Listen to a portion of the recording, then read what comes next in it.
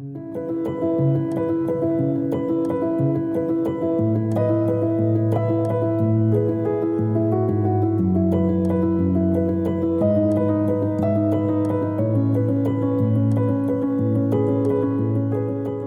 name is Gladys Parry. I have 3 daughters, 7 great-grandchildren.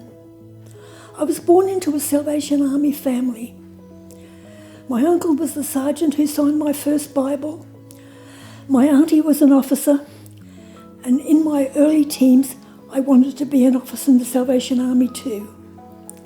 But life didn't work out that way. At 12, my dad started taking epileptic fits, and I was the oldest of 5 children.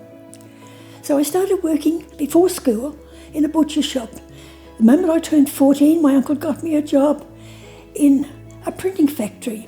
I thought they were very coarse. They used to say damn. But then later, a Christian man came and offered me a job, and he asked me to be his clerk typist.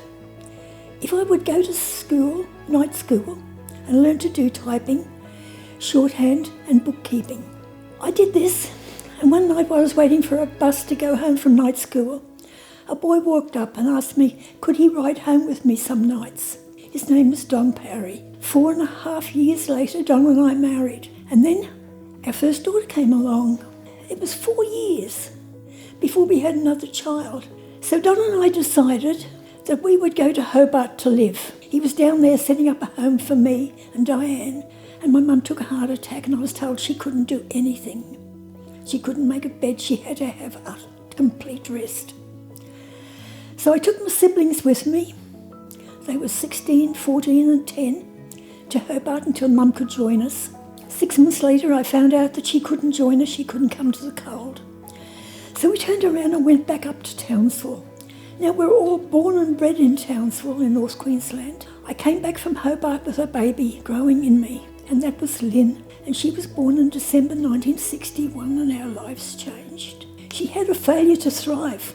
From an 8.5 pound baby, she became a skeleton. And the moment I came out of hospital and I was delayed because I had septicemia, I flew her over 2,000 kilometres to Sydney. I was blessed.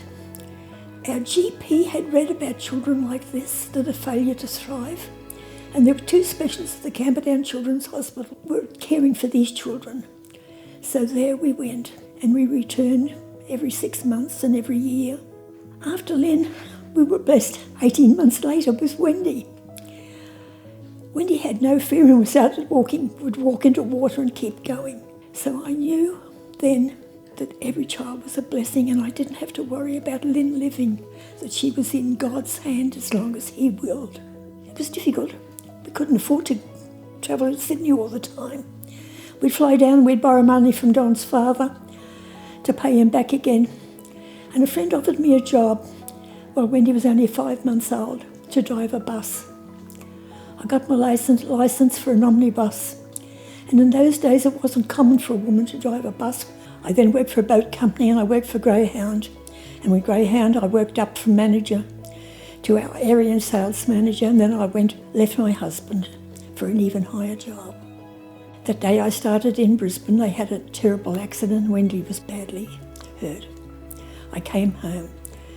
I rejoined with Don, and eventually we cared for each other, and God thanked me that I had another 30 years with Don before he died. Transgressions are hard to forget.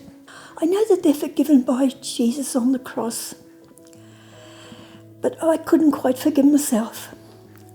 So when he died in 1961, I joined the Lagana Christian Church as a partner. I was water baptised on the 17th of September 2019. I started to attend church until my back fractures in my back started to occur, and they have continually occurred from the thorax right down to the lumbar area. We've been truly blessed no matter what happened in life, that I was given those years with my husband. He died the month before our 61st birthday. I prayed to God at night time for our life and for our blessings.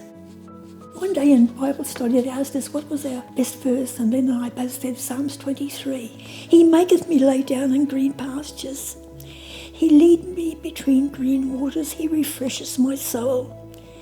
He guides me along the right path for his name's sake. Even though I walk through the darkest valley, I fear no evil, for you are with me. Your rod and your staff, they comfort me. You prepare a table before me in the presence of my enemies. You anoint my head with oil. My cup overfloweth. Surely your goodness and love will follow me all the days of my life, and I will dwell in the house of the Lord forever. Amen.